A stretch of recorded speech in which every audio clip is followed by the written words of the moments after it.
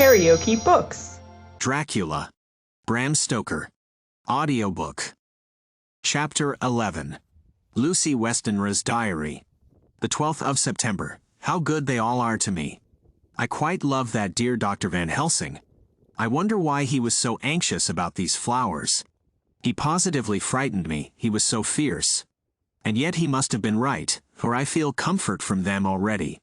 Somehow I do not dread being alone tonight, and I can go to sleep without fear. I shall not mind any flapping outside the window.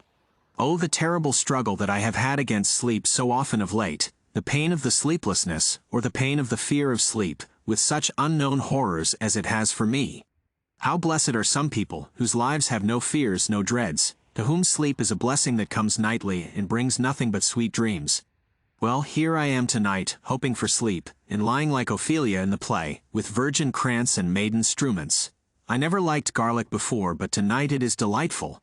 There is peace in its smell, I feel sleep coming already. Good night, everybody. Dr. Seward's Diary. The 13th of September, called at the Berkeley and found Van Helsing, as usual, up to time. The carriage, ordered from the hotel, was waiting. The professor took his bag, which he always brings with him now. Let all be put down exactly. Van Helsing and I arrived at Hillingham at 8 o'clock. It was a lovely morning. The bright sunshine and all the fresh feeling of early autumn seemed like the completion of nature's annual work. The leaves were turning to all kinds of beautiful colors, but had not yet begun to drop from the trees. When we entered, we met Mrs. Westenra coming out of the morning room. She is always an early riser. She greeted us warmly and said, "You will be glad to know that Lucy is better. The dear child is still asleep." I looked into her room and saw her, but did not go in, lest I should disturb her. The professor smiled and looked quite jubilant. He rubbed his hands together and said, "Aha! I thought I had diagnosed the case. My treatment is working," to which she answered, "You must not take all the credit to yourself, doctor. Lucy's state this morning is due in part to me." "How you do mean, ma'am?" asked the professor. "Well, I was anxious about the dear child in the night, and went into her room. She was sleeping soundly, so soundly that even my coming did not wake her. But the room was awfully stuffy. There were a lot of those horrible, strong-smelling flowers about everywhere, and she had actually a bunch of them round her neck. I feared that the heavy odor would be too much for the dear child in her weak state, so I took them all away and opened a bit of the window to let in a little fresh air. You will be pleased with her, I am sure." She moved off into her boudoir, where she usually breakfasted early. As she had spoken, I watched the professor's face and saw it turn ashen gray. He had been able to retain his self-command whilst the poor lady was present, for he knew her state and how mischievous a shock would be. He actually smiled on her as he held open the door for her to pass into her room. But the instant she had disappeared, he pulled me, suddenly and forcibly, into the dining room and closed the door. Then, for the first time in my life, I saw Van Helsing break down. He raised his hands over his head in a sort of mute despair, and then beat his palms together in a helpless way. Finally he sat down on a chair, and putting his hands before his face began to sob, with loud, dry sobs that seemed to come from the very racking of his heart. Then he raised his arms again, as though appealing to the whole universe. "God, God, God," he said. "What have we done, what has this poor thing done, that we are so sore beset? Is there fate amongst us still, sent down from the pagan world of old, that such things must be, and in such way? This poor mother, all unknowing and all for the best as she think, does such thing as lose her daughter body and soul, and we must not tell her, we must not even warn her, or she die, and then both die. Oh, how we are beset!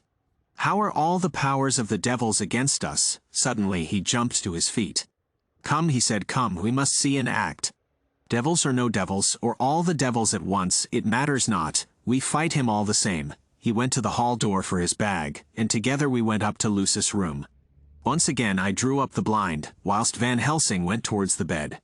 This time he did not start, as he looked on the poor face with the same awful waxen pallor as before. He wore a look of stern sadness and infinite pity. "As I expected," he murmured, with that hissing inspiration of his which meant so much. Without a word he went and locked the door, and then began to set out on the little table the instruments for yet another operation of transfusion of blood. I had long ago recognized the necessity and begun to take off my coat, but he stopped me with a warning hand. "No," he said. "Today you must operate. I shall provide. You are weakened already." As he spoke, he took off his coat and rolled up his shirt sleeve. Again the operation, again the narcotic, again some return of color to the ashy cheeks, and the regular breathing of healthy sleep. This time I watched whilst Van Helsing recruited himself and rested. Presently, he took an opportunity of telling Mrs. Westenra that she must not remove anything from Lucy's room without consulting him, that the flowers were of medicinal value, and that the breathing of their odor was a part of the system of cure. Then he took over the care of the case himself, saying that he would watch this night and the next, and would send me word when to come. After another hour Lucy waked from her sleep, fresh and bright, and seemingly not much the worse for her terrible ordeal. What does it all mean? I am beginning to wonder if my long habit of life amongst the insane is beginning to tell upon my own brain. Lucy Westenra's diary. The 17th of September, 4 days and nights of peace. I am getting so strong again that I hardly know myself. It is as if I had passed through some long nightmare, and had just awakened to see the beautiful sunshine and feel the fresh air of the morning around me.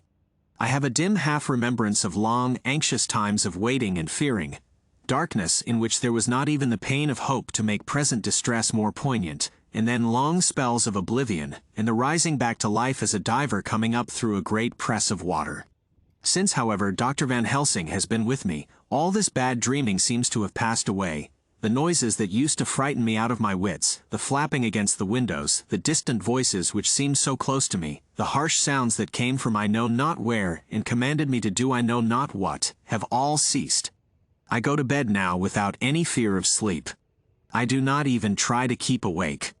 I have grown quite fond of the garlic, and a boxful arrives for me every day from Haarlem. Tonight Dr. Van Helsing is going away, as he has to be for a day in Amsterdam. But I need not be watched, I am well enough to be left alone. Thank God for Mother's sake and dear Arthur's, and for all our friends who have been so kind.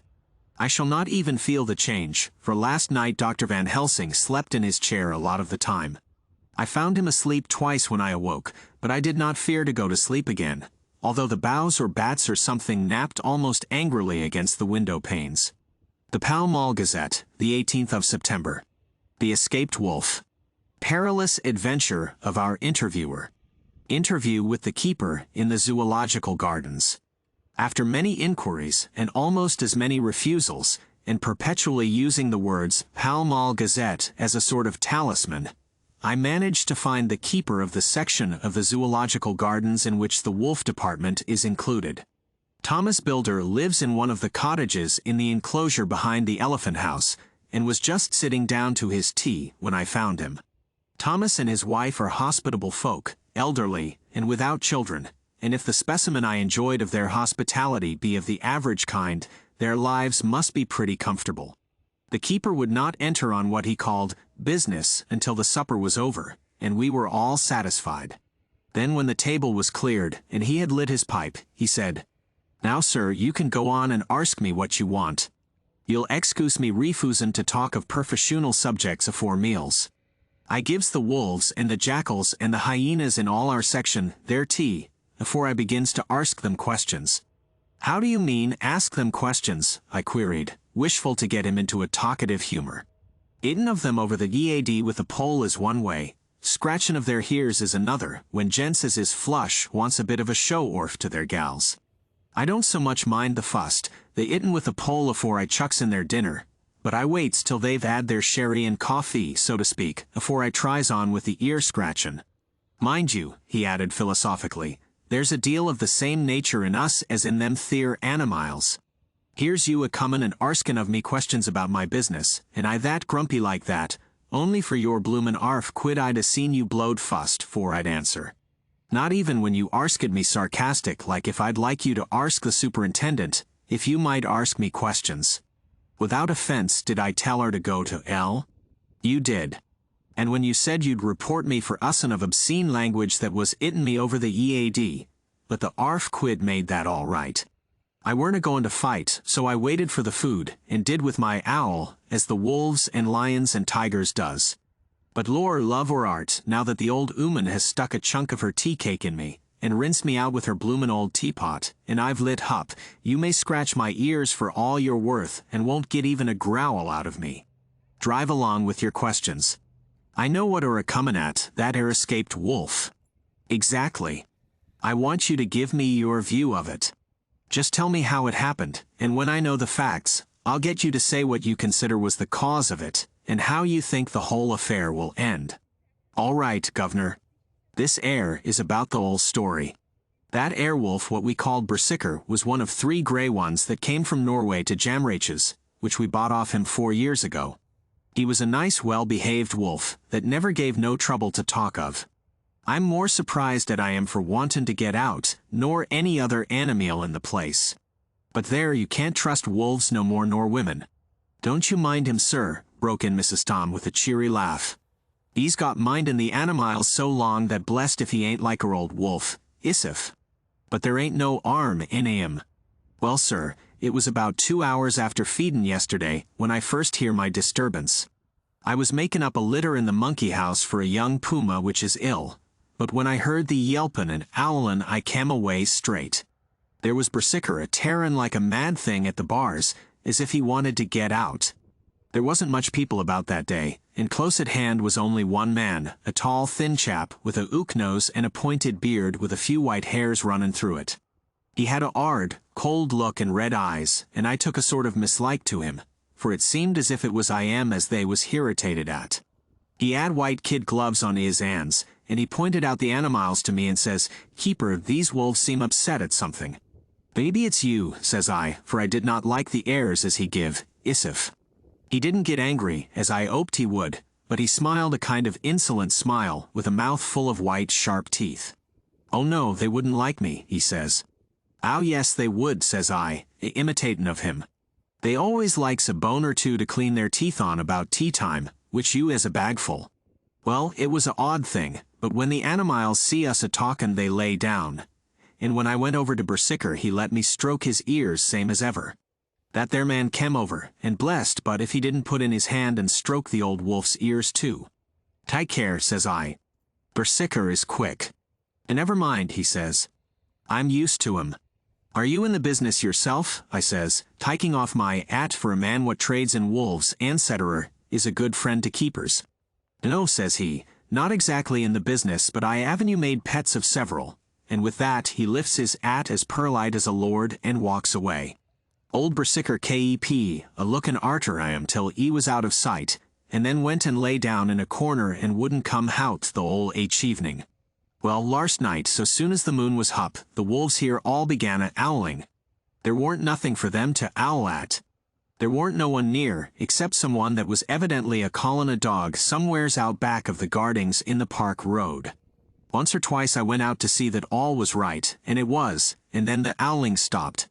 Just before 12 o'clock I just took a look round afore turnin' in, and bust me, but when I kem opposite to old Berserker's cage, I see the rails broken and twisted about, and the cage empty. And that's all I know for certain. Did anyone else see anything? One of our gardeners was a-comin' home about that time from a Armony, when he sees a big grey dog comin' out through the guarding edges. At least so he says, but I don't give much for it myself, for if he did, he never said a word about it to his missus when he got home. And it was only after the escape of the wolf was made known, and we had been up all night a-huntin' of the park for Berserker, that he remembered seein' anything. My own belief was that the Armony ad got into his EAD. Now, Mr. Builder, can you account in any way for the escape of the wolf? Well, sir, he said with a suspicious sort of modesty, I think I can, but I don't know as 'ow you'd be satisfied with the theory. Certainly I shall. If a man like you, who knows the animals from experience, can't hazard a good guess at any rate, who is even to try? Well then, sir, I accounts for it this way. It seems to me that wolf escaped, simply because he wanted to get out. From the hearty way that both Thomas and his wife laughed at the joke, I could see that it had done service before, and that the whole explanation was simply an elaborate sell. I couldn't cope in badinage with the worthy Thomas, but I thought I knew a surer way to his heart, so I said, "Now, Mr. Builder, we'll consider that first half sovereign worked off, and this brother of his is waiting to be claimed, when you've told me what you think will happen." "Right yore, sir," he said briskly. "Ye'll excuse me, I know, for a chaffin' of ye, but the old woman here winked at me, which was as much as telling me to go on." "Well, I never," said the old lady. "My opinion is this, that 'ere wolf is a idden of somewheres. The gardener what didn't remember said he was a gallopin' northward faster than a horse could go, but I don't believe him, for see, sir, wolves don't gallop no more nor dogs does, they not bein' built that way. Wolves is fine things in a storybook, and I dessay when they gets in packs, and does be chivvyin' something that's more afeard than they is, they can make a devil of a noise and chop it up, whatever it is. But lor bless you, in real life a wolf is only a low creature, not half so clever or bold as a good dog, and not half a quarter so much fight in him.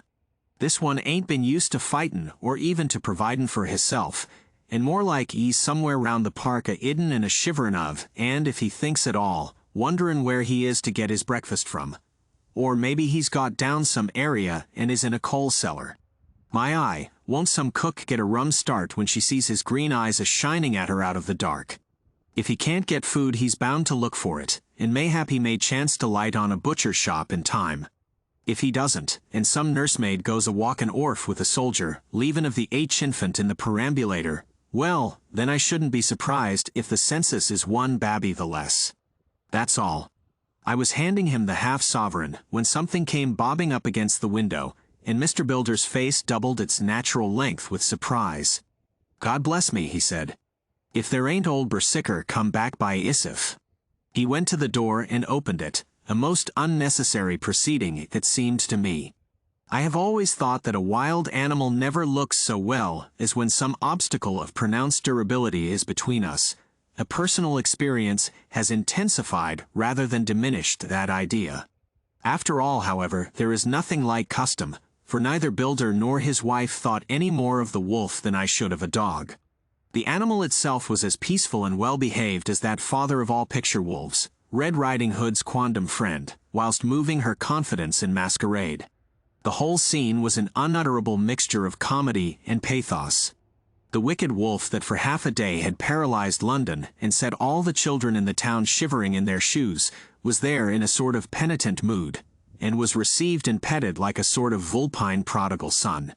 Old Builder examined him all over with most tender solicitude, and when he had finished with his penitence said, "There, I knew the poor old chap would get into some kind of trouble. Didn't I say it all along? Here's his head all cut and full of broken glass. He's been a-gettin' over some bloomin' wall or other. It's a shime that people are allowed to top their walls with broken bottles. This air's what comes of it. Come along, Bersicker." He took the wolf and locked him up in a cage with a piece of meat that satisfied, in quantity, at any rate, the elementary conditions of the fatted calf, and went off to report. I came off, too, to report the only exclusive information that is given today regarding the strange escapade at the zoo. Dr. Seward's diary. The 17th of September, I was engaged after dinner in my study, posting up my books, which, through press of other work and the many visits to Lucy, had fallen sadly into arrear. Suddenly the door was burst open, and in rushed my patient, with his face distorted with passion. I was thunderstruck, for such a thing as a patient getting of his own accord into the superintendent's study is almost unknown. Without an instant's pause he made straight at me. He had a dinner knife in his hand, and as I saw he was dangerous, I tried to keep the table between us. He was too quick and too strong for me, however, for before I could get my balance he had struck at me and cut my left wrist rather severely. Before he could strike again, however, I got in my right, and he was sprawling on his back on the floor. My wrist bled freely, and quite a little pool trickled onto the carpet. I saw that my friend was not intent on further effort, and occupied myself binding up my wrist, keeping a wary eye on the prostrate figure all the time. When the attendants rushed in, and we turned our attention to him, his employment positively sickened me. He was lying on his belly on the floor licking up, like a dog, the blood which had fallen from my wounded wrist. He was easily secured, and to my surprise went with the attendants quite placidly, simply repeating over and over again, "The blood is the life. The blood is the life." I cannot afford to lose blood just at present. I have lost too much of late for my physical good, and then the prolonged strain of Lucy's illness and its horrible phases is telling on me. I am overexcited and weary, and I need rest, rest, rest. Happily Van Helsing has not summoned me, so I need not forego my sleep. Tonight I could not well do without it. Telegram Van Helsing, Antwerp to Seward, Carfax. Sent to Carfax, Sussex, as no county given, delivered late by 22 hours. The 17th of September. Do not fail to be at Hillingham tonight. If not watching all the time frequently, visit and see that flowers are as placed. Very important, do not fail. Shall be with you as soon as possible, after arrival. Dr. Seward's diary. The 18th of September, just off for train to London. The arrival of Van Helsing's telegram filled me with dismay. A whole night lost, and I know by bitter experience what may happen in a night. Of course it is possible that all may be well, but what may have happened? Surely there is some horrible doom hanging over us, that every possible accident should thwart us in all we try to do. I shall take this cylinder with me, and then I can complete my entry on Lucy's phonograph. Memorandum left by Lucy Westenra. The 17th of September. Night. I write this and leave it to be seen, so that no one may by any chance get into trouble through me. This is an exact record of what took place tonight. I feel I am dying of weakness, and have barely strength to write, but it must be done if I die in the doing. I went to bed as usual, taking care that the flowers were placed as Dr. Van Helsing directed, and soon fell asleep. I was waked by the flapping at the window, which had begun after that sleepwalking on the cliff at Whitby when Mina saved me, and which now I know so well. I was not afraid, but I did wish that Dr. Seward was in the next room, as Dr. Van Helsing said he would be, so that I might have called him. I tried to go to sleep, but could not. Then there came to me the old fear of sleep, and I determined to keep awake. Perversely sleep would try to come then when I did not want it, so, as I feared to be alone, I opened my door and called out, "Is there anybody there?" There was no answer. I was afraid to wake Mother, and so closed my door again. Then outside in the shrubbery, I heard a sort of howl like a dog's, but more fierce and deeper. I went to the window and looked out, but could see nothing, except a big bat, which had evidently been buffeting its wings against the window. So I went back to bed again, but determined not to go to sleep. Presently the door opened, and Mother looked in, seeing by my moving that I was not asleep, came in and sat by me. She said to me even more sweetly and softly than her wont, "I was uneasy about you, darling, and came in to see that you were all right." I feared she might catch cold sitting there, and asked her to come in and sleep with me, so she came into bed and lay down beside me. She did not take off her dressing gown, for she said she would only stay a while and then go back to her own bed. As she lay there in my arms, and I in hers, the flapping and buffeting came to the window again. She was startled and a little frightened, and cried out, "What is that?" I tried to pacify her, and at last succeeded, and she lay quiet, but I could hear her poor dear heart still beating terribly. After a while there was the low howl again, out in the shrubbery, and shortly after there was a crash at the window, and a lot of broken glass was hurled on the floor. The window blind blew back with the wind that rushed in, and in the aperture of the broken panes there was the head of a great, gaunt grey wolf. Mother cried out in a fright, and struggled up into a sitting posture, and clutched wildly at anything that would help her. Amongst other things, she clutched the wreath of flowers that Dr. Van Helsing insisted on my wearing round my neck, and tore it away from me. For a second or two she sat up, pointing at the wolf, and there was a strange and horrible gurgling in her throat. Then she fell over, as if struck with lightning, and her head hit my forehead and made me dizzy for a moment or two. The room and all round seemed to spin round. I kept my eyes fixed on the window, but the wolf drew his head back, and a whole myriad of little specks seemed to come blowing in through the broken window, and wheeling and circling round like the pillar of dust that travelers describe when there is a simoon in the desert. I tried to stir, but there was some spell upon me, and dear Mother's poor body, which seemed to grow cold already, for her dear heart had ceased to beat, weighed me down, and I remembered no more for a while.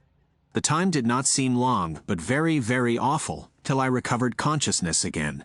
Somewhere near, a passing bell was tolling. The dogs all round the neighborhood were howling, and in our shrubbery, seemingly just outside, a nightingale was singing. I was dazed and stupid with pain and terror and weakness, but the sound of the nightingale seemed like the voice of my dead mother, come back to comfort me. The sound seemed to have awakened the maids too, for I could hear their bare feet pattering outside my door.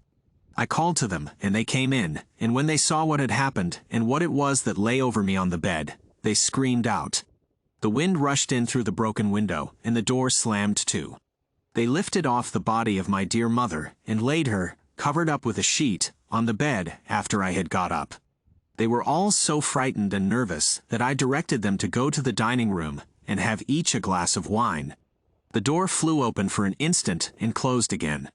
The maids shrieked and then went in a body to the dining room, and I laid what flowers I had on my dear mother's breast.